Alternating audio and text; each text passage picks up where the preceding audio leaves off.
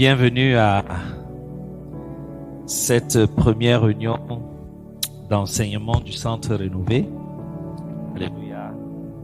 Pourquoi vous êtes crispé comme ça? Salut peut-être encore ton frère en ma présence.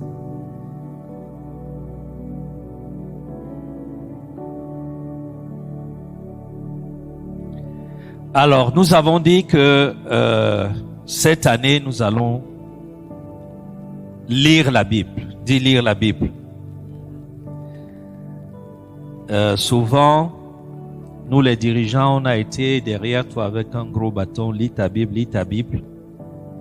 Mais je voudrais dire que reconnaître que lire la Bible n'est pas toujours un exercice agréable quand on ne comprend pas ce qu'on lit. C'est pour ça que j'espère que tu prends très au sérieux les leçons qui sont en train d'être données. Depuis que moi-même je lis la Bible sous le prisme de ces leçons-là, je vous assure, je suis plus épanoui. Alléluia. Je suis plus épanoui et les révélations viennent plus facilement. Parce qu'avant d'aller aborder un livre, j'ai déjà schématiquement dans mon esprit ce que je vais voir là-bas. Et mon esprit est sensible, ouvert, et les choses viennent, les révélations viennent plus facilement. Je sais que c'est un exercice nouveau pour toi, mais ne néglige pas ça. Alléluia. C'est très, très, très, très, très, très important. Si tu veux vraiment lire la Bible. Si tu veux avoir vraiment la faim et la soif de la parole. Et notre prière cette année, c'est que tu aies la faim et la soif de la parole. C'est-à-dire quand tu ouvres ta Bible comme ça, tu lis un chapitre, tu recommences. Moi, plusieurs fois, je lis la Bible à reculons. C'est-à-dire, je fais 5 chapitres comme ça, je recommence parce que je ne connais plus. Dès que je me rends compte que je ne connais plus le fil des idées que je recommence. Parce que je veux comprendre. Je veux pas seulement lire. Je veux comprendre. Je vais être transformé. Je veux découvrir ce que Dieu a pour moi dedans. Alléluia. Alors, donc, aujourd'hui, nous allons parler du livre de Exode, qui est le deuxième livre. Si vous vous rappelez, la fois passée, nous avons parlé du livre de Genèse. Et mardi prochain, nous allons parler de Lévitique. Alléluia. Et quand on aura parlé de Lévitique, tu iras lire Lévitique vraiment avec passion cette fois-là. Alléluia, crois-moi. Alors, on va juste lire Exode chapitre 1, juste pour nous situer dans le livre, avant que nous ne partagions la parole. Donc, je vais demander à quelqu'un de lire Exode chapitre 1. Je ne sais pas s'il y a un micro. S'il y a un micro qui est fonctionnel, attends d'avoir le micro. Ça s'affiche sur les écrans, je suppose. Ah, c'est pas connecté aujourd'hui.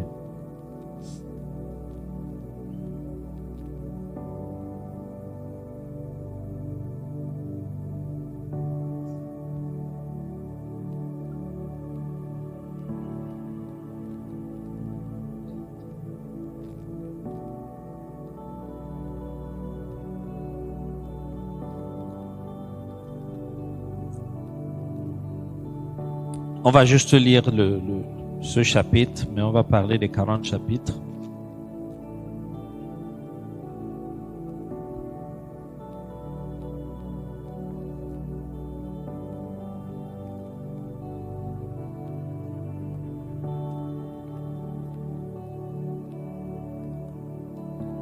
Bon, tu peux y aller si la technique n'est pas prête.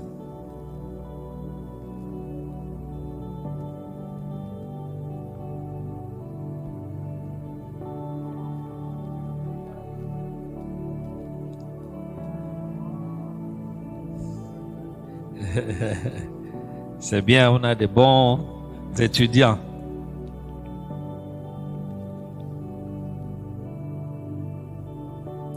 Amen. Donc, le livre d'Exode, c'est dans le deuxième livre de Moïse. Et en hébreu, si vous vous rappelez, la fois passée, je vous avais dit que eux, ils appellent le livre par les premières lettres qui sont écrites dans le livre. Donc, chez les Hébreux, ils vont appeler le livre là, voici les noms. Alléluia. Ça va s'appeler Exode. C'est-à-dire, si tu traduis en hébreu Exode dans la Bible du Juif, le titre, ça sera voici les noms. Et ça vient d'où? Ça vient de la première phrase. Parce que chez eux, le nom du livre, c'est juste les premiers mots là, qui sont au début du livre. Alléluia. Alors, le livre d'Exode, c'est l'histoire de la plus grande évasion qui puisse avoir jamais existé dans le monde. Depuis que l'humanité existe, je ne connais pas un endroit où il y a eu 2000 prisonniers et tous les 2000 prisonniers ont pu échapper entre les mains de leurs tortionnaires. Alléluia. C'est cette merveilleuse histoire qui nous est donnée. Mais quand tu la lis, n'oublie jamais que l'Ancien Testament, quand nous lisons cet Ancien Testament, la Bible dit que ces choses ont été écrites pour notre instruction. Alléluia. Donc, l'Ancien Testament était toujours une figure de quelque chose qui allait arriver. Dans ce sens, le livre d'Exode, c'est le bel exemple de l'histoire de notre salut qui est raconté là. C'est le bel exemple de l'histoire de notre rédemption qui est raconté là. Nous allons voir au fur et à mesure que nous allons étudier ce livre-là, un parallélisme excellent, merveilleux, entre la manière dont toi tu es venu au Seigneur Jésus et la manière dont eux, ils ont échappé aux griffes de Pharaon. Alors, il y a quand même une curiosité historique dans ce livre, c'est que les Égyptiens, qui étaient les maîtres du monde d'alors, curieusement, ça n'existe pas dans leur record. Si vous allez lire les annales de l'Égypte, vous n'allez trouver nulle part l'histoire du peuple juif qui est sorti de là-bas. Alléluia. Mais ce n'est pas surprenant. Ce n'est pas surprenant parce que c'est une histoire qui les humilie. Comment auraient-ils pu documenter et écrire et mettre au profit de l'histoire une telle histoire qui est plutôt l'histoire de leur humiliation? Et le diable n'a pas changé. Alléluia. Le diable n'a pas changé. Aujourd'hui, même jusqu'à ce jour-ci, le diable voudrait que tu sois ignorant de l'œuvre de la croix. Alléluia. C'est pour ça que quand on dit venez ici pour être enseigné, regardez, il y a des places vides là. Ils ne viennent pas. Parce que le diable est à l'œuvre. Il ne veut pas que tu saches ce qui lui fait honte. Il ne veut pas que tu saches comment il a chuté. Il ne veut pas que tu saches où est-ce qu'il a perdu le pouvoir. C'est la même chose qu'il avait fait ici. Donc les pharaons n'ont pas voulu que la progéniture sache que il y a eu un jour où les dieux des pharaons ont été défaits. Mais ils avaient été défaits au nom de Jésus. Alléluia. C'est ce qui s'était passé. Donc, dans cette histoire, Israël, qui au départ n'était qu'une personne, c'est-à-dire c'est Abraham qui avait été choisi en tant qu'un individu, une famille, finit par devenir une nation. Amen. Donc, c'est l'histoire de la fabrication d'une nation. La nation d'Israël, la nation juive. Sauf que c'est une nation qui n'a pas de territoire. Généralement, les guerres d'indépendance, c'est que je suis sur mon territoire, il y a un oppresseur qui vient me coloniser sur mon territoire et je me bats avec lui pour le chasser, pour qu'il me laisse mon territoire. Alléluia. Mais ici, c'était une guerre d'indépendance où celui qui cherche l'indépendance obtient l'indépendance sans le territoire. Alléluia. Il obtient l'indépendance, mais il ne sait même pas où il va aller. Il entre maintenant dans la prochaine étape qui est d'obtenir le territoire où est-ce qu'il va aller vivre l'indépendance qu'il vient d'avoir. Donc, à travers l'histoire de la délivrance de la servitude de Pharaon, les enfants d'Israël sont parvenus à ce point-ci. Nous avons un Dieu qui est au-dessus de tous les dieux. Alléluia. D'une manière unanime, ils sont arrivés à cette conclusion-là. Ce par quoi ils sont passés, les étapes par lesquelles Dieu les a fait passer, c'était pour faire éclater sa gloire. Alléluia. Donc, frère, souvent, ne prends pas toujours mal les difficultés par lesquelles le Seigneur te fait passer. Alléluia. Quelquefois, ces difficultés-là, c'est simplement pour faire éclater la gloire de Dieu. Il n'y avait pas meilleure manière pour Dieu de faire éclater sa gloire à leurs yeux que de les amener d'abord par ce chemin-là jusqu'au fond où ils sont allés et les faire remonter jusqu'à la surface. Alléluia. Puisse tes souffrances actuelles, tes difficultés actuelles finissent par un gros gloire à Jésus, par un gros gloire à Dieu, par un gros Seigneur, merci de m'avoir fait passer par ce chemin. Je ne comprenais pas, mais à présent, je comprends. Ça, c'était leur témoignage. Alléluia. S'ils avaient eu Canaan sans jamais avoir été esclaves, est-ce qu'ils auraient vu comment un Dieu fend la mer Rouge? S'ils avaient eu Canaan sans jamais avoir été esclaves, est-ce qu'ils auraient vu comment un Dieu peut punir toute une partie de la population et laisser l'autre impuni? Il a fallu qu'il soit dans cette situation-là pour qu'il puisse voir la gloire de Dieu être manifestée à ce niveau-là. Alléluia. Ça, c'est une leçon forte que tu dois retenir. Ils ont donc vu Dieu à l'œuvre en train de défaire les dieux égyptiens. Alléluia. Tes difficultés, mon frère, tes peines, tes chemins tortueux, tes bagarres, c'est pour que tu puisses voir la gloire de Dieu. C'est pour que tu puisses voir la chute de Satan. C'est pour que tu puisses voir ton ennemi tomber. Alléluia.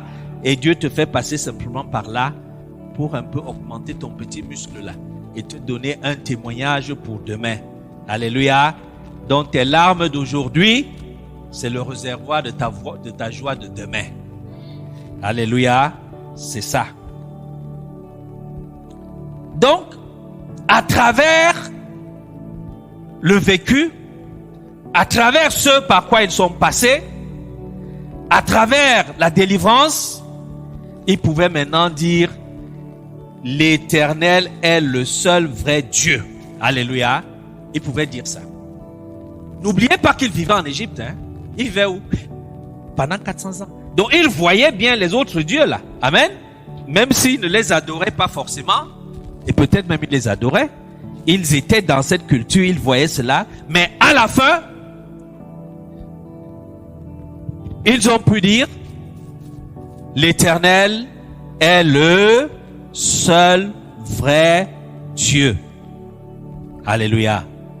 Donc ils vont découvrir comme leur père El Shaddai. Amen. El Shaddai, ça veut dire le Dieu tout-puissant. Alléluia. Jusque-là, ils avaient connu Elohim, le Dieu créateur. Maintenant, ils pouvaient être en face de El Shaddai, le Dieu tout-puissant. Alléluia. Puisses-tu connaître El Shaddai dans tes défis. Puisses-tu connaître El Shaddai dans tes combats. Puisses-tu connaître El Shaddai dans les épreuves par travers lesquelles tu passes au nom de Jésus. Alléluia. Toujours dans ce livre, Dieu va enfin révéler son nom. Amen. Les autres noms que j'ai cités, Elohim, El Shaddai, en réalité, ce n'est pas des noms, c'est des qualificatifs de Dieu. Alléluia. C'est des qualificatifs de Dieu. C'est une façon de décrire le Dieu qui est, le Dieu qui est. Alléluia. Mais ici, enfin, pour ceux qui étaient là dimanche, j'avais dit qu'une brèche avait été ouverte dans Genèse chapitre 4, où l'Éternel s'est fait connaître à eux comme Yahweh, vous vous rappelez? Et ici, cette brèche-là va être bien plus clarifiée parce que à Moïse, le nom de l'Éternel, Dieu va être révélé. Dieu va lui dire comment il s'appelle. Amen. Il va lui dire, je suis celui qui suis. Je m'appelle Yahweh. Alléluia. Il va leur donner ce nom-là, leur nom. Et tellement les Juifs ont peur de prononcer ce nom-là, que même pour l'écrire, ils l'ont écrit d'une manière où on est sûr que tu peux pas lire. Alléluia. Ils l'ont écrit, c'est une suite de 4 consonnes. Il n'y a pas de voyelles, donc impossible à prononcer. Parce qu'un Juif ne prononce jamais le nom de Dieu. C'est un peu comme si tu appelais ton père Godok, viens ici. Donc pour eux, ça sonne mal. Alléluia. Donc quand ils veulent parler de Dieu, ils vont utiliser des noms, autre chose. Celui-là, le très haut. Mais ils vont jamais l'appeler par son nom. Amen. Parce qu'ils ont peur de violer le commandement qui dit que tu ne vas pas invoquer le nom de ton Dieu en vain. Mais le nom a été donc révélé. Donc, Elohim, le Dieu créateur de tout l'univers, va donc devenir ici, dans cette histoire, le rédempteur d'un petit groupe. Alléluia. Donc, jusque-là, de Genèse chapitre 1 à Genèse chapitre 50, on a affaire à Elohim, Dieu de la création. Alléluia. Il va donc maintenant, de manière plus précise, devenir le Dieu d'un petit groupe, le Dieu d'Israël. Juste comme le Seigneur Jésus est devenu ton Dieu. Et ça te rappelle quelque chose. Le grand Dieu de l'univers, qui a créé le ciel et la terre, qui a créé toutes choses. Maintenant, il est ton Dieu à toi. Alléluia. C'est la même histoire. Il devient ton Dieu personnel. C'est la même manière ici. Yahweh est devenu le Dieu personnel des anciens esclaves. Alléluia. Yahweh est devenu le Dieu personnel de ceux-là qui ne comptaient pas.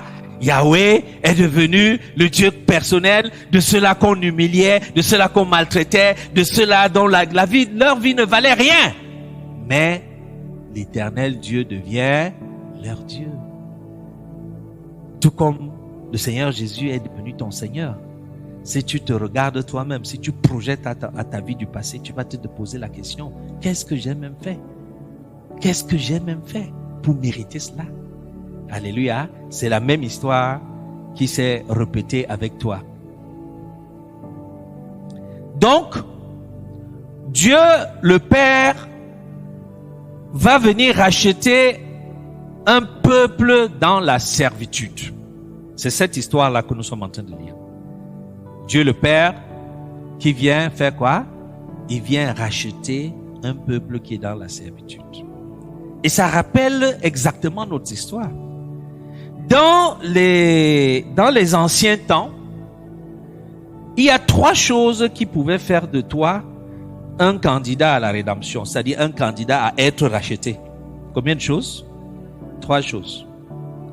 La première des choses, c'était que un plus fort était venu faire la guerre à ton groupe et vous avez tous amené comme esclaves. Alléluia. Vous savez, quand un plus fort gagnait, qu'est-ce qu'il faisait? Il amenait les meilleurs chez lui comme esclaves. Et pour que tu sois libéré de là-bas, il fallait maintenant aussi un plus fort ici qui devait aller te racheter de l'autre côté. Amen. Est-ce que ça te dit déjà quelque chose par rapport à toi-même?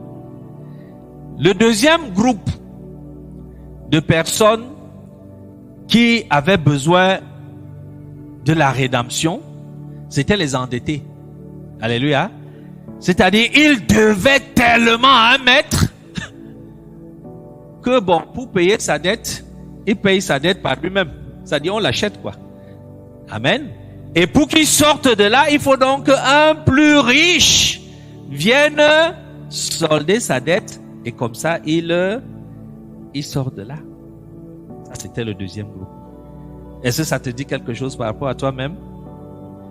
Et enfin, le troisième groupe de personnes qui pouvaient se retrouver dans une situation où ils avaient besoin d'être rachetés, c'était ceux qui, par leur propre turpitude, s'étaient vendus. Vous vous rappelez, il y avait à l'époque l'esclavage, dont une personne irresponsable qui ne voulait pas se prendre en charge pouvait aller vers un maître esclavagiste lui dire que bon, vraiment, moi, j'ai pas envie de travailler.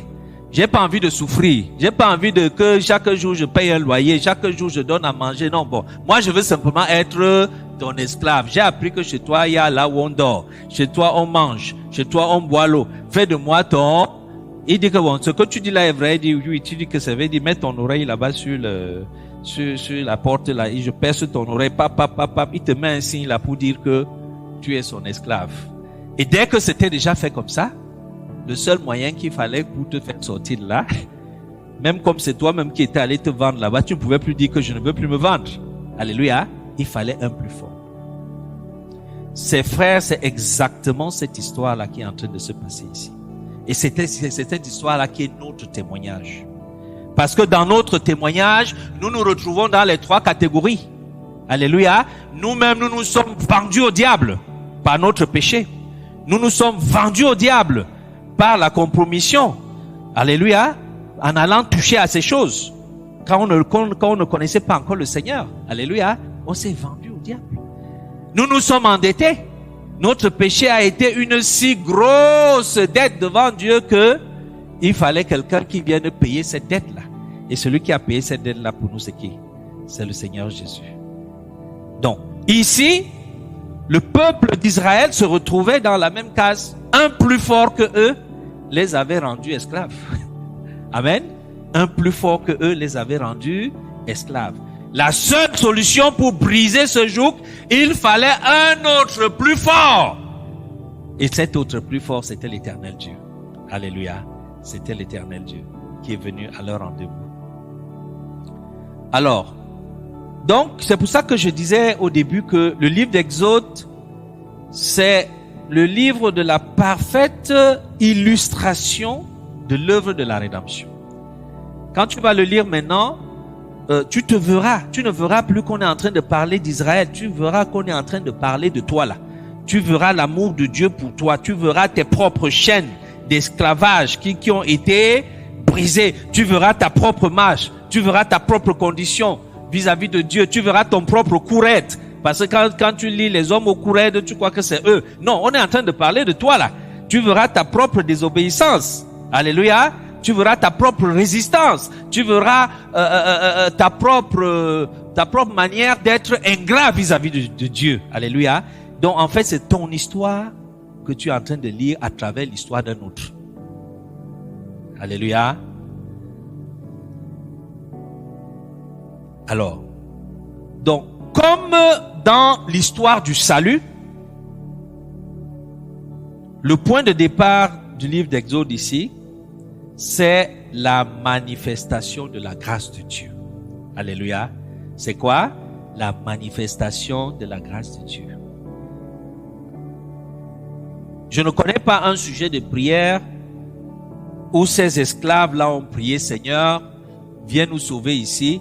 Donne-nous ce que tu avais promis à nos pères Abraham. En fait, ils avaient déjà oublié même toutes ces promesses-là. Alléluia. Ils se plaignaient, mais ils ne priaient pas pour qu'ils soient délivrés de quoi que ce soit. Alléluia. Alléluia.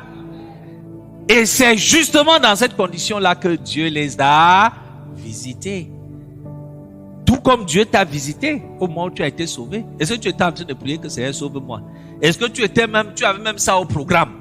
Tu avais même plutôt au programme comment tu vas encore davantage désobéir. Comment tu vas encore même davantage aller commettre ton péché. Alléluia. Mais c'est à ce moment-là précis-là que la grâce de Dieu se manifeste dans ta vie. Donc la grâce de Dieu s'est manifestée à ce peuple-là qui ne demandait rien. C'est pas ce qu'ils étaient en train de demander. Pour eux, si on disait même que, si Pharaon disait que bon maintenant que je vous ai soumis au fait de me donner le même nombre de parpaings sans que je vous donne la paille, bon maintenant je vous donne la paille, ils allaient lever les mains au ciel et dire Alléluia, ouais, quel bon Pharaon. Alléluia. Ça c'était déjà même trop pour eux. Alléluia. Mais c'est pas ce que Dieu leur a donné. Dieu leur a donné mieux que ça. Amen.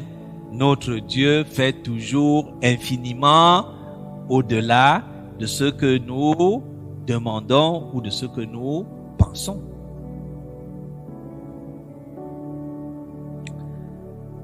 Alors, donc, comme dans notre histoire, j'ai dit, l'histoire va commencer par la manifestation de la grâce de Dieu. Mais tout ne s'arrête donc pas là. Après la manifestation de la grâce de Dieu, il va donc avoir la deuxième étape. La deuxième étape, c'est quoi? C'est, puisque je vous ai sauvé, puisque je vous ai arraché de la main de la servitude, manifestez à travers moi votre gratitude. Manifestez à travers moi votre reconnaissance. Et l'instrument de mesure de cette manifestation-là, c'est l'obéissance au commandement. Alléluia. C'est ça qui suit toujours. Donc, je vous ai sauvé pour que vous soyez soumis à mes commandements. C'est exactement le schéma qui est ici.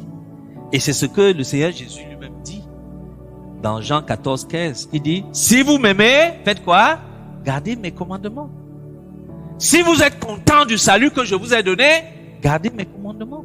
Si vous valorisez, si vous trouvez qu'il est valeureux, glorieux, le salut que je vous ai donné, faites comment? Gardez mes commandements. C'est exactement ce qui leur a été dit ici. Donc, comme nous, dans la nouvelle alliance, ils ont d'abord été rachetés gratuitement. Amen. Ils ont été rachetés comment? Gratuitement. Et ensuite, une loi leur a été donnée pour qu'ils puissent manifester la gratitude. Ce n'est jamais l'inverse, frère. Alléluia. C'est toujours d'abord la grâce de Dieu qui se manifeste. Et après maintenant, en réaction ou en réponse à cette grâce de Dieu-là, ta gratitude et ton obéissance. Alléluia. Quelquefois, nous partons prêcher à nos croyants et on veut d'abord qu'ils changent avant même que la grâce ne l'atteigne. C'est pas possible. Alléluia. La grâce qui est gratuite doit d'abord l'atteindre. Et c'est par cette grâce-là que le changement va venir dans sa vie. C'est toujours comme ça que le Seigneur opère. Alléluia. Donc, on est d'abord racheté, puis on est enseigné sur comment vivre dans la sainteté. Amen. Donc, on est d'abord comment? Racheté.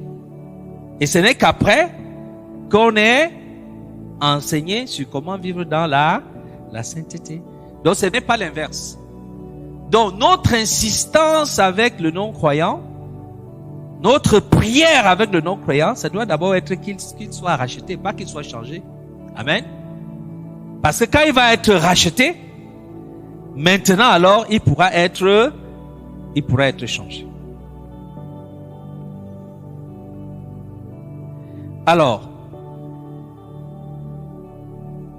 ils ont donc certes été rachetés de l'esclavage, comme on a dit, mais ce n'était pas pour qu'ils aillent vivre comme ils veulent.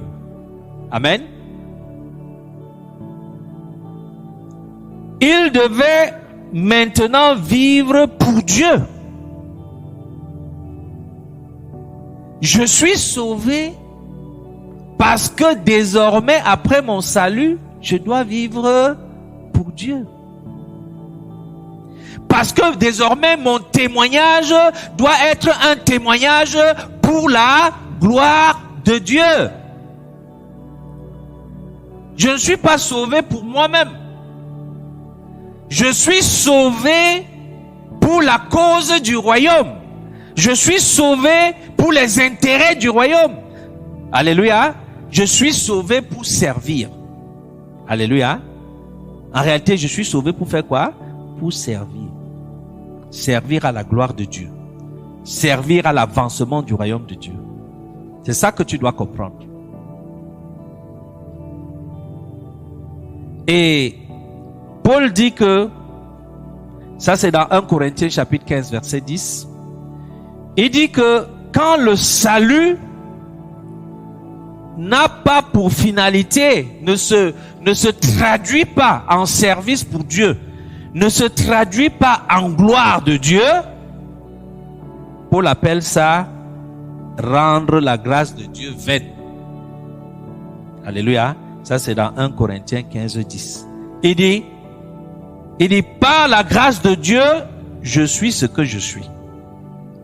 Et sa grâce envers moi n'a pas été vaine. Alléluia.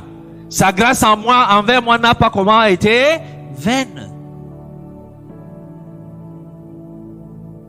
Sa grâce envers toi est vaine quand cette grâce-là ne se traduit pas en bénéfice pour le royaume de Dieu.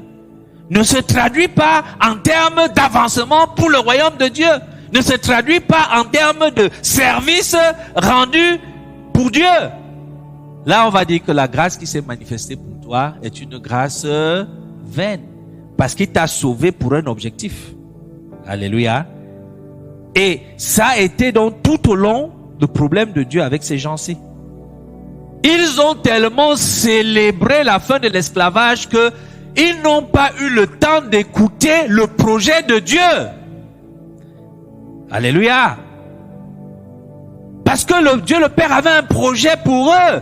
Il voulait construire une grande nation, la nation d'Israël, nation à partir de laquelle tous les peuples de la terre devaient connaître qu'il y a un seul vrai Dieu.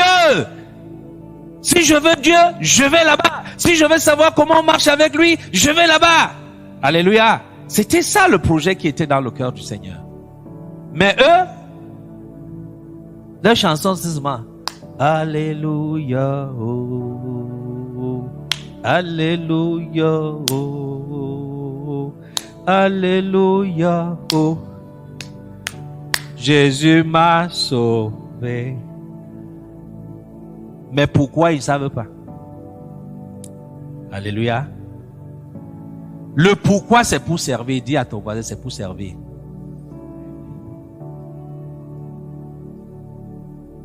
Parce que Dieu voudrait qu'à travers toi, les autres sachent qu'il est le Dieu le Tout-Puissant, qu'il est l'Éternel. À travers toi, là.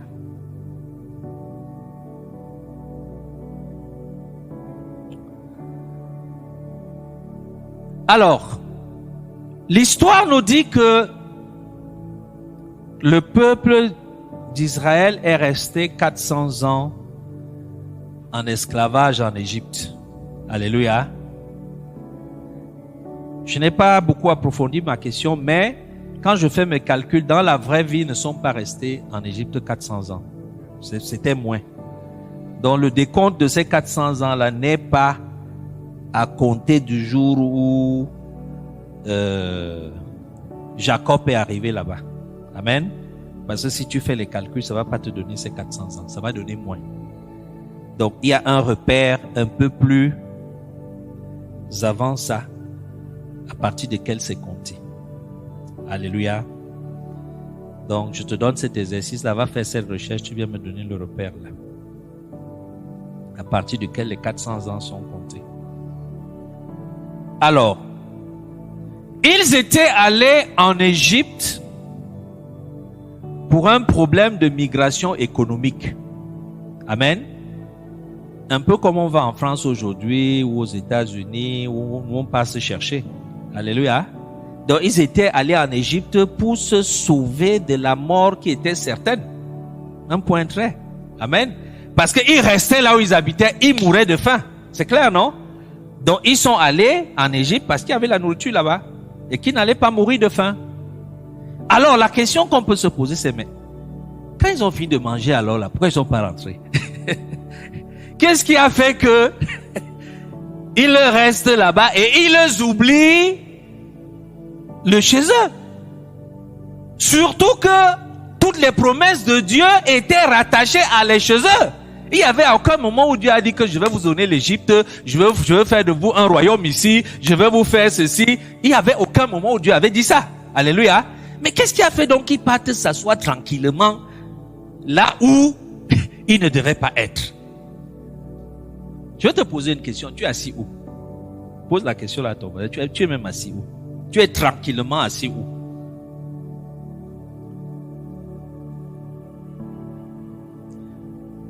Du point de vue de ton service de Dieu, de ton ministère, tu es assis où? À l'église. L'église, c'est seulement physique. La position, elle est spirituelle. Alléluia. Tu es assis où?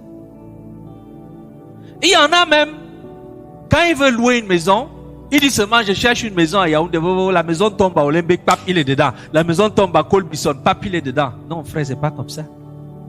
C'est pas comme ça. Il y a un endroit où Dieu t'attend. Alléluia. Ah oui. Quand j'ai acheté mon terrain, là où j'ai acheté, là, il y avait à l'époque 2 camps Maïtu qui étaient ouverts au même moment. Il y avait Siméon Damas là-bas. Et il y avait ici.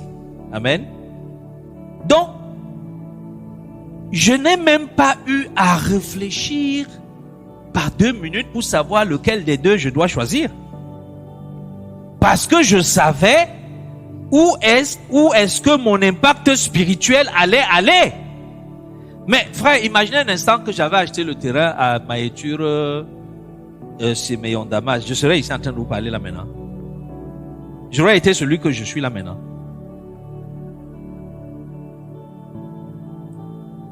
Il y a des petits choix comme ça dans notre vie que nous prenons et qui nous déterminent. Bien-aimé, plus de Seigneur te délivrer des choix à la légère,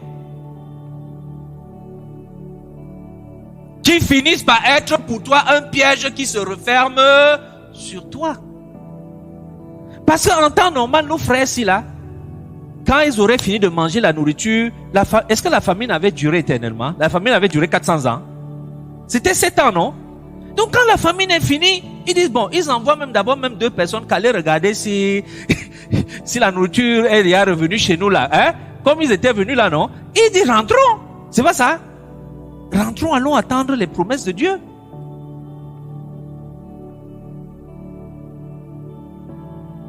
Mais ils étaient restés en Égypte, vous savez pourquoi? À cause du confort. C'était à cause du confort. C'était plus confortable d'être là-bas que d'être ailleurs. Malheureusement, le lieu de ton confort n'est pas toujours le lieu de ta vocation céleste. Alléluia. Le lieu de ton confort n'est pas toujours le lieu de ton élévation. Ils vont l'apprendre à leur dépens. L'Égypte, qui était dans le lieu de leur confort matériel, leur confort humain, le confort de l'époque, s'est révélé être un piège des plus dangereux pour leur vie spirituelle, pour leur épanouissement spirituel.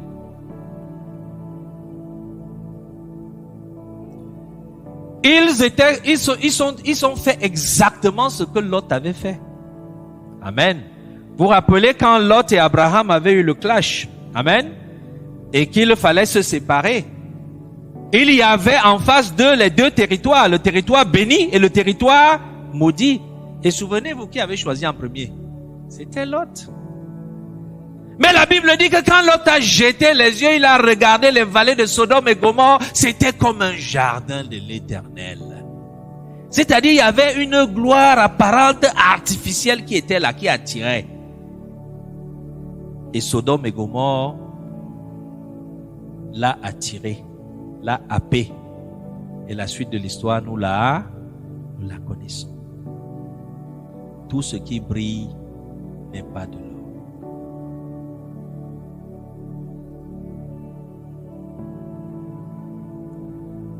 En tant qu'homme spirituel, en tant que dirigeant, tu dois toujours te poser la question, est-ce que je suis au bon endroit?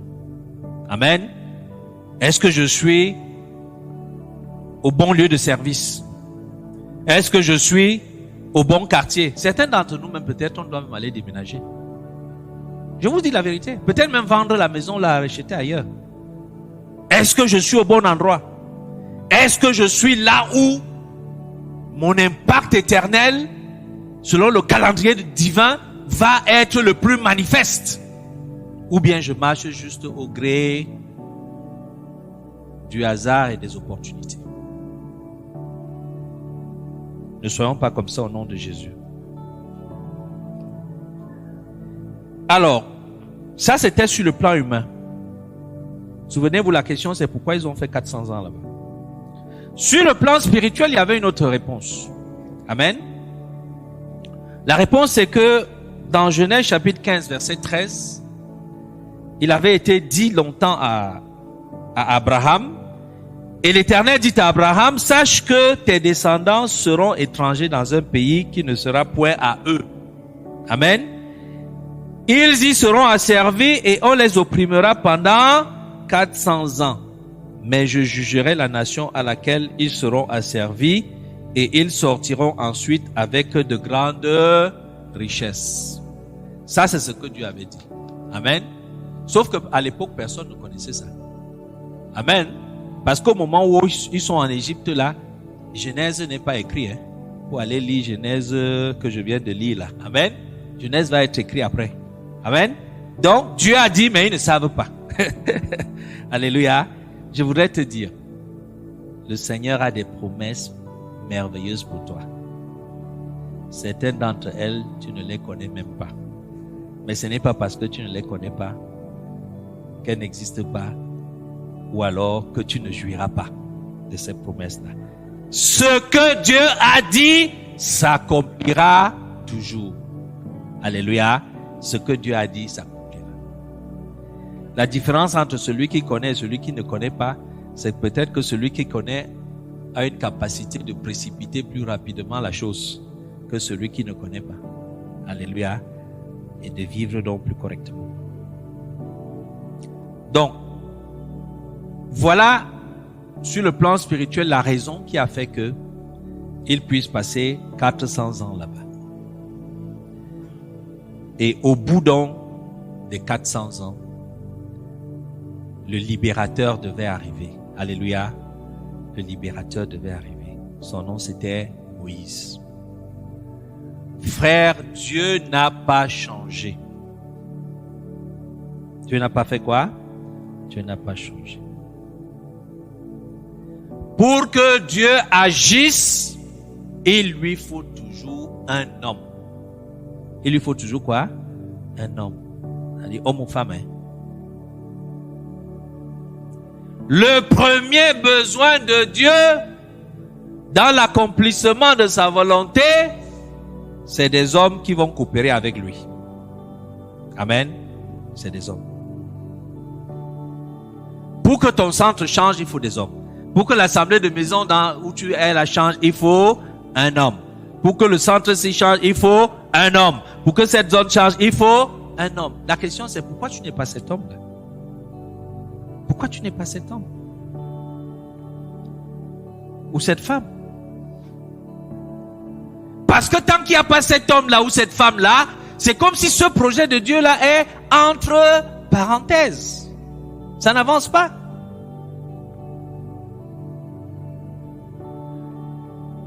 Pour que Ekounou Marché soit conquis, il nous faut un homme. Pour que Tchad soit conquis, il nous faut un homme. Pour que Odza soit réveillé, il nous faut un homme. Pour qu'un fou, depuis 2 ans, on dit on veut aller en fou, il n'y a pas un homme. Et tant qu'il n'y a pas un homme, bon, on va faire ce qu'on peut là-bas, mais il n'y aura pas quelque chose avec impact. Il faut un homme. Pour que l'histoire de Kundengisi qu'on a célébrée ici dimanche se passe, il y a eu un homme. Il y a eu un homme. Il faut un homme. Il faut un homme.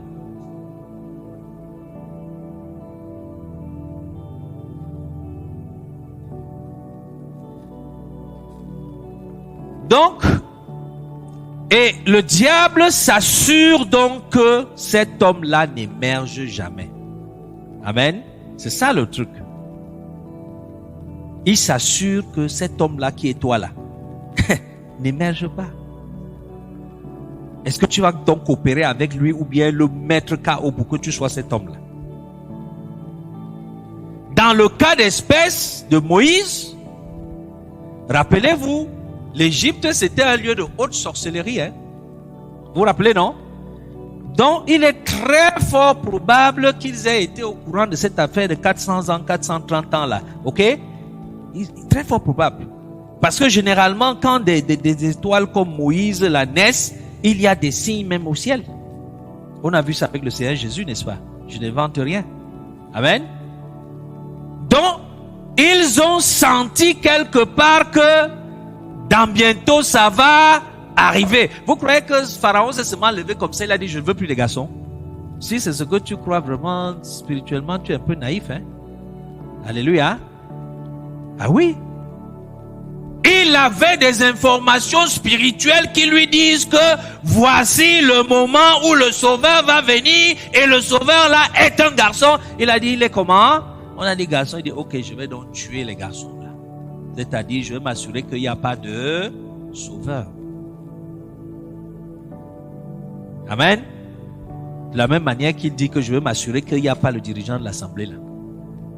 Il n'y a pas celui qui va se lever pour dire, je vais porter ce quartier-là, je vais porter la chaîne de prière, je vais porter le ministère de l'évangélisation, je vais porter la chorale, je vais porter... nous venons d'inaugurer un centre hautement technique. Où sont ceux qui vont dire que je vais porter le côté technique? J'aurai une équipe de 5-10 personnes. De telle sorte que même si 3 d'entre nous, ou 4 même sont indisponibles, il y aura toujours un 3e, un 4e, un 5e. On ne va jamais perdre un message. Ils sont où? Je cherche un homme. Dis, je cherche un homme. Ça, c'est Dieu qui parle. Alors, donc, Pharaon va donc décréter que tous les garçons doivent être mis à mort. Et il n'a pas reculé devant cette décision. Quand il a vu que les sages femmes n'étaient pas en train d'appliquer sa loi, qu'est-ce qu'il a fait? Il a transformé tout Égyptien en meurtrier. Il a dit maintenant que le peuple, si vous voyez un garçon hébreu qui est né, vous-même prenez-le, jetez-le.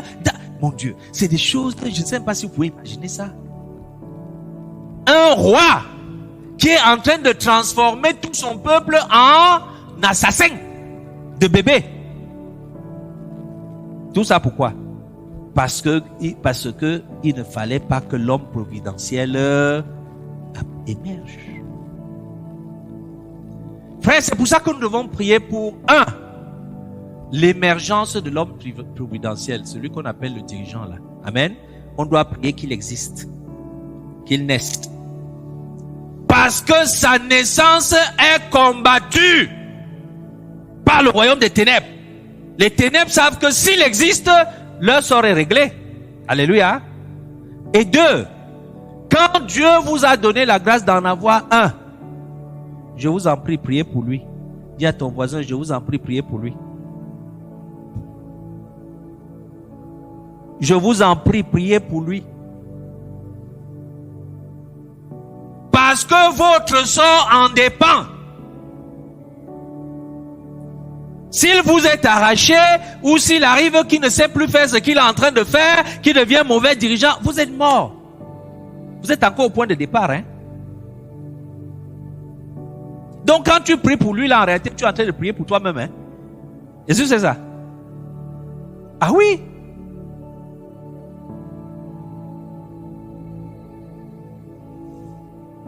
Alors, Moïse va donc naître dans un contexte miraculeux. Il va être élevé dans la cour du roi lui-même, de Pharaon. Alléluia. Vous savez, notre Dieu est merveilleux. Alléluia. Quand Dieu veut cacher une chose, hein, il la met même entre la main de celui qui cherche la chose là. Il met ça à sa main comme ça. Il dit, bon, va chercher à Douala. Va le chercher à Douala pendant que lui, il a ici en main. Il va te trouver encore là-bas. Il est même plus même ici. Donc, il cherchait le libérateur là où le libérateur n'était pas. Alors que le libérateur est dans son salon. Alléluia. Ça, c'est notre Dieu. Alléluia. Ça, c'est ce que notre Dieu sait faire. Et par la suite, Moïse va se retrouver dans le désert pendant 40 ans. Vous connaissez l'histoire, n'est-ce pas? Quand il va se retrouver avec Jéthro, épouser Séphora. Pourquoi? Pourquoi ça va se passer comme ça? Parce que Dieu savait que à la libération, c'est par là-bas qu'ils vont passer. Amen. Dieu qui voit trois à travers les lignes coupes savait que 40 ans après, Moïse aura besoin de l'expérience-ci. Il envoie là-bas vivre cette expérience à l'avance. C'est-à-dire, Moïse est allé 40 ans dans le désert où il va venir passer 40 ans après. Je ne sais pas si tu comprends.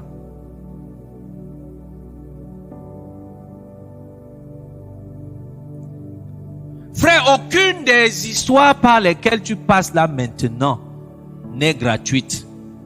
Alléluia. Dieu sait que dans 10 ans, dans 5 ans, dans 15 ans, dans 20 ans, dans 30 ans, tu en auras besoin. Et il te fait passer par ça maintenant. Pour qu'au moment où tu en auras besoin, tu as déjà l'expérience de la chose. Alléluia. C'est exactement ce qui s'est passé avec Moïse.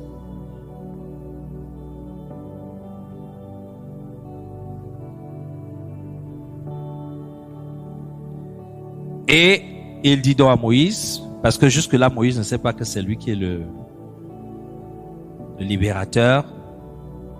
Il dit, bon, ce sera toi qui vas sauver mon peuple. Moïse dit, moi c'est là. Il a posé 5 questions. Première question, il dit, qui suis-je? Peut-être tu t'es trompé, va chercher un autre. 2, je suis ignorant. Alléluia. 3, personne ne va me croire. Ça, ce sont les raisons qu'il donnait à Dieu pour démontrer que ce n'est pas lui. 4, je ne sais pas parler. Et à la fin, il n'a même plus voulu donner une raison. Il a dit, Dieu cherche quelqu'un d'autre. Alléluia. Est-ce que ça, c'est pas toi là? Quelque part, c'est pas toi là. Est-ce que ça, ce n'est pas toi par rapport à un travail que Dieu demande là? Il dit, perpétue, c'est toi que je veux. C'est toi que je veux là-bas. Tu dis, Seigneur, non, il y a l'autre là. Non. Il y a l'autre. Tu donnes même le nom de celui-là. Il dit, c'est toi. Je dis bien que je sais bien que c'est de toi que je parle. Je dis, non, Seigneur. Moi, je ne connais pas. Il dit, je sais que tu ne connais pas, mais c'est de toi que je parle. Est-ce qu'il y a quelqu'un ici que Dieu appelle ce soir? À un ministère, à une tâche, à une vocation. Saisis cet appel, mon frère. Saisis cet appel.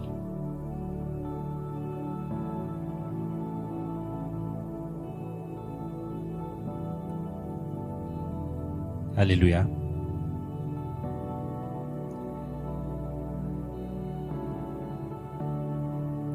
Alors, je vais vous donner brièvement comment ce livre est organisé. Le livre est organisé en 2 grandes parties.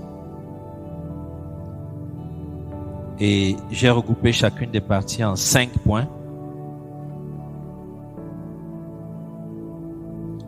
Donc, la première partie du livre parle de la multiplication d'Israël. Amen. Israël s'est multiplié, ils sont devenus un peu plus nombreux. Pharaon, même en les soumettant à la servitude, c'était pour bloquer cette multiplication. Mais malheureusement pour lui, plus il les maltraitait, plus il se multipliait. Plus tu seras persécuté, plus tu auras des résultats. Alléluia. Plus tu auras le contraire de ce qui est recherché par cette persécution-là. Tu auras le contraire de ça. Alléluia. La deuxième partie, disons, je suis dans la première partie. Le premier point de cette partie-là, c'était donc, ça parle de la multiplication et des meurtres des enfants, comme on a vu là. La deuxième partie, ce chapitre 2, ça parle de l'appel de Moïse, à travers le buisson ardent. La troisième partie, ce sont les 10 plaies. Si on a une minute tout à l'heure, je pourrais en parler dans les détails. Et qui nous conduisent à la victoire sur les dieux égyptiens. Parce que chacune des plaies que tu dois retenir, c'était un dieu qui était vaincu. Alléluia. Chaque plaie attaquait un dieu d'Égypte. Donc les 10 dieux qu'ils adoraient ont tous été vaincus. Et ça, c'est conforme à ce que dit la parole. Que avant que tu ne puisses mettre la main sur le butin, qu'est-ce que tu dois faire? Tu dois lier l'homme fort. Amen. Et ce que le Seigneur a fait, il a d'abord lié l'homme fort d'Égypte avant de libérer ses esclaves. C'était ça les 10 plaies. Alléluia. Ça c'est chapitre 5 à 11. Le 4e point de cette première partie, c'est la mort des premiers-nés et l'institution de la Pâque. La Pâque qui nous rappelle quoi? Qui nous rappelle la mort et la résurrection de notre Seigneur. Alléluia. C'était ça qui était préfiguré là-bas.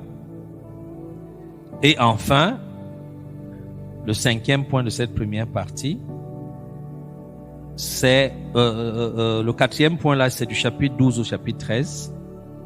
C'est le 4e point. Donc le 5e point de cette première partie, c'est l'histoire de la délivrance et l'hécatombe de l'armée de Pharaon. Ça c'est du chapitre 13 au chapitre 15. Alléluia. Et exactement comme ça s'était passé dans le Nouveau Testament où le Seigneur disait, je voyais Satan tomber du ciel comme un éclair. C'est ce qui est arrivé à Pharaon là-bas. Alléluia. Pharaon a été enterré dans la mer Rouge, juste comme l'éclair tombe du ciel. Alors, la deuxième partie, qui a aussi 5 points, comme la première partie. Alors, dans la deuxième partie, le premier point, c'est les premiers pas dans le désert. Donc, quand ils ont traversé la mer Rouge, il y a eu les premiers pas dans le désert. Et là, maintenant, ils devaient faire confiance au Dieu qui protège et au Dieu qui pourvoit. Alléluia. Parce que il fallait avoir la nourriture, il fallait avoir de l'eau. Ils ont été confrontés à ces problèmes-là. Et on a vu jusqu'où leur foi pouvait aller. Le deuxième sous-point de cette deuxième partie, bon ça c'est au chapitre 15 et 18. Le deuxième sous-point, c'est les commandements, les 10 commandements et l'alliance au mont Sinaï. Ça, c'est du chapitre 19 au chapitre 24.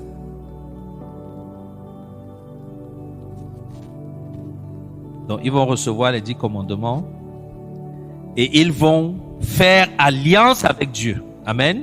C'est-à-dire, Dieu va leur dire, on va entrer dans un contrat. Moi, je serai votre Dieu, vous serez mon peuple. Et ils ont dit oui. On ne peut jamais être en alliance avec Dieu de manière unilatérale. Dieu, lui, il est toujours partant. Amen. Mais il attend que nous aussi, on soit partant. Amen. C'est comme le jour de ton salut. Dieu t'attendait depuis. C'est toi qui as traîné. Alléluia. Et l'alliance n'a démarré que le jour où tu as dit, Seigneur, me voici, j'accepte le salut que tu me donnes. C'est exactement ce qui s'est passé là-bas ce jour-là avec eux. Amen. Donc Dieu s'est proposé à eux comme étant leur Père. Et il leur a proposé une alliance. Ils ont dit, nous sommes d'accord. Amen. Il a dit, nous sommes d'accord. Ils ont dit, nous sommes d'accord. Et les 10 commandements, juste pour faire dire quelque chose dessus, ça traite 5 aspects à peu près de nos vies. Ça traite de notre rapport avec notre Dieu. Amen. Je suis ton Dieu, tu n'auras point d'autre Dieu en dehors de moi. Ça, c'est le rapport avec Dieu. 2, le rapport avec les hommes. Alléluia. Le rapport avec les hommes. Tu dois aimer ton frère. Le rapport avec la vie, la sacralité de la vie. Tu ne tueras point. Le rapport avec les biens des autres. Tu ne voleras point. Et enfin, le rapport avec la réputation liée aux autres. Tu ne vas pas dire des faux témoignages. Alléluia. Donc, cette loi-là était un peu donc centrée sur ces 5 aspects-là, à chaque fois. Les autres détails, c'était pour insister sur l'un de ces 5 aspects que j'ai donné là tout à l'heure. Et une fois donc qu'il y avait les commandements et l'alliance, est venue donc l'exigence de la sanctification, l'exigence de se mettre à la hauteur de ce que Dieu demande. Troisième point de cette deuxième partie, c'était la spécification pour construire le tabernacle. Ça, c'est du chapitre 25 au chapitre 31. Donc Dieu va leur décrire avec précision ce que c'est que le tabernacle et comment le construire. Et il va même faire un miracle. Il va leur donner les talents pour faire ça. Alléluia. Souvenez-vous, ce sont des pauvres ouvriers qui viennent d'esclavage en Égypte. Tout ce qu'ils savent faire, c'est le mortier. C'est faire les parpaings. Amen. Donc, d'où vient-il maintenant qui peuvent être des sculpteurs, des décorateurs, des gens qui peuvent faire le travail de finesse? C'est le miracle de Dieu. Alléluia. C'est le miracle de Dieu. Le Seigneur va toujours t'équiper en rapport avec ton appel. Alléluia. Quand il t'appelle, il fait comment? Il t'équipe. Quand il t'appelle, il t'équipe. Il te donne les dons et les talents qui correspondent à l'appel qu'il est en train de placer dans ta vie. Si quelqu'un dit qu'il est appelé dans ce qu'il ne sait pas faire, il faut qu'il aille réviser son appel là. Alléluia. Parce que quand Dieu appelle, il fait comment? Il équipe. Il équipe. Il prend quelqu'un qui ne savait faire que les parpaings. Celui-là maintenant sait traiter l'or, il sait traiter le fer, il sait traiter le bronze, il sait sculpter, il sait faire le bois, tout ça. Alléluia. Point numéro 4, dans cette deuxième partie, c'est une histoire un peu triste. C'est l'idolâtrie qui était entrée. Le veau d'or qui a été suivi par l'intercession de Moïse, qui est vraiment un classique de l'intercession. Si tu veux apprendre comment on intercède, va lire la partie là. Alléluia. Il y a rarement un passage dans la Bible qui explique mieux l'intercession que celui-là. Donc, ils vont rentrer à ce qu'ils avaient abandonné en Égypte. Souvenez-vous qu'en Égypte, on adorait les faux dieux, n'est-ce pas? Hein? Donc, quand ils se sont retrouvés, qu'ils n'ont pas vu Moïse pour un certain temps, ils ont dit que, mais comment? Nous, on a l'habitude en Égypte d'adorer quelque chose qu'on voit là. Aaron, fabrique-nous la chose là. Alléluia. Et ils ont donc fabriqué un Dieu semblable au Dieu qu'ils avaient l'habitude. Hein? Qu'est-ce que ça veut dire? Ça veut dire que quand tu as donné ta vie au Seigneur, si tu ne prends pas soin de te détacher d'un certain nombre de choses qui avaient l'habitude de te ramener en arrière, là, quand tu ne connaissais pas encore le Seigneur, tu vas être surpris que dans 30 ans, 20 ans, 40 ans, tu te retrouves encore là-dedans. Alléluia. Tu te retrouves là-dedans. C'est ce qui s'est passé ici. C'est vrai, ici, le temps n'était pas encore suffisamment passé. Mais comment est-ce que des personnes qui ont vu Dieu parler en personne au mont Sinaï, qui leur a dit, c'est moi l'Éternel, votre Dieu, qui vous a fait sortir d'Égypte, les mêmes personnes peuvent fabriquer maintenant une idole et dire que l'idole, c'est toi qui nous as fait sortir d'Égypte. Ça, c'est quoi ça?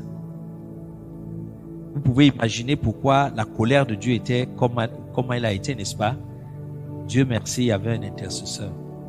Il y avait Moïse qui a pu intercéder pour eux, pour Aaron. Mais, malgré cela, la Bible nous dit que 3000 personnes avaient péri. Alléluia. 3000 personnes avaient péri. À cause de ça. Et pour faire une similitude avec la nouvelle alliance, cet événement-ci, ça correspond à ce qu'on appelle la Pentecôte. C'est la Pentecôte dans l'Ancien Testament. Alléluia. Donc la Pentecôte dans l'Ancien Testament, c'était le moment où ils avaient reçu la loi au Sinaï. C'était ça la Pentecôte. Et elle avait eu lieu exactement 50 jours après la sortie d'Égypte. Alléluia. La Pentecôte où le Saint-Esprit est descendu sur les disciples dans Actes là, ce n'était pas la Pentecôte chrétienne, c'était la Pentecôte-ci. Ils étaient en train de célébrer, puisque l'autre n'avait pas encore eu lieu. Amen. Ils étaient en train de célébrer cette Pentecôte-ci, le jour de la Pentecôte-ci. Et la nôtre est arrivée le même jour. Alléluia. Donc, à leur Pentecôte, qu'est-ce qui s'est passé? Il y a eu 3000 morts. À notre Pentecôte, qu'est-ce qui s'est passé? Il y a eu 3000 âmes qui ont été gagnées. Alléluia. C'est dire quoi? C'est dire que l'alliance dans laquelle Dieu nous a mis est une alliance hautement supérieure à l'alliance dans laquelle eux ils étaient. Et tu dois rendre gloire à Dieu pour ça. Pour le privilège qui est le tien de faire partir d'une telle alliance. Alléluia.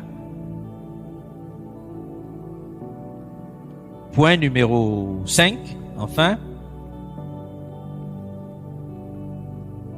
c'est la construction du tabernacle et la gloire de Dieu qui va descendre sur le tabernacle. Ça nous ramène un peu à ce lieu-ci. Dans le désert où ils étaient, chacun avait sa tente. Amen. Chacun habitait dans sa tente. Et Dieu a dit, je veux venir habiter avec vous. Mais je veux qu'il y ait une distinguo entre votre tente et ma tente. Et que vous sachiez ça. Et Dieu a donc décidé de construire sa propre tente que lui il a appelée le tabernacle. Quand tu lis le mot tabernacle, tente d'assignation, là, c'est juste la maison de Dieu qui était aussi au milieu de leur maison, là. Alléluia. Et Dieu a voulu que ce soit clair que ça c'est le chez moi, là-bas c'est le chez vous. Amen. Nous, dans la Pentecôte, frère, on a un gros problème avec ça. Nous avons un gros problème avec ça dans la Pentecôte. On n'arrive pas à sacraliser le lieu qui est pour Dieu. Je peux finir de prêcher ici, après quelqu'un prend son plat de hachou, là, il vient s'asseoir ici.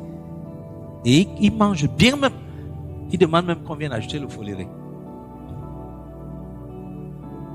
Mais vous ne verrez pas ça à l'église catholique. Eux, ils ne connaissent même pas Dieu. Mais au moins, le caractère sacré de la chose de Dieu est là. Alléluia. Quand nous allons même dans les veillées, là, hein, la nuit, là, dès que tu as déjà mis ta table comme ça, là, même quand c'est toi qui prêches, tu n'es même pas le prêtre catholique, tu as dressé ta table. Tu vois les frères, ils marchent là, ils montent là, ils descendent là, ils viennent te saluer, là, ils posent le téléphone, là, ils viennent poser tout ça là. Et le catholique vient, il fait d'abord son signe de croix avant de traverser l'endroit là. La différence c'est quoi? Il y a un qui a la notion du sacré et il y a l'autre qui n'a pas la notion du sacré. Puissions-nous être délivrés au nom de Jésus. Frère, ici c'est la maison de Dieu, ici où on est là. Il y a des choses que tu ne dois plus faire ici. Donc dès que tu entres ici, il faut que tu aies la conscience que ici, je suis venu chercher Dieu. Je ne suis pas venu pour bavarder ici. Si je veux bavarder, je bavarde chez moi. Je ne suis pas venu pour manger ici. Je ne suis pas venu pour jeter mes choses à gauche, à droite, courir. Non. Je suis venu ici parce que je voulais Dieu. C'est bien ça, non? Je reste dans cet esprit, dans cette attente. C'était le message qui leur était adressé ici. Dieu a dit, je veux venir parmi vous, mais il y aura une différence entre vos choses et mes choses. Alléluia. Il a bien décrit comment sa maison devait être. Aucune autre maison n'était comme ça. Alléluia. Quand on a décrit par exemple le parfum odoriférant qui devait être utilisé là-bas, il a même précisé que personne n'ose même imiter ça. C'est pas ça?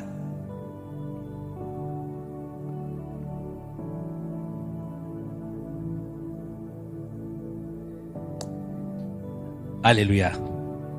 J'aurais dû dire un mot sur les 10 plaies, mais le temps est contre nous. Je crois que tu as reçu ce que le Seigneur avait pour toi pour ce livre-là.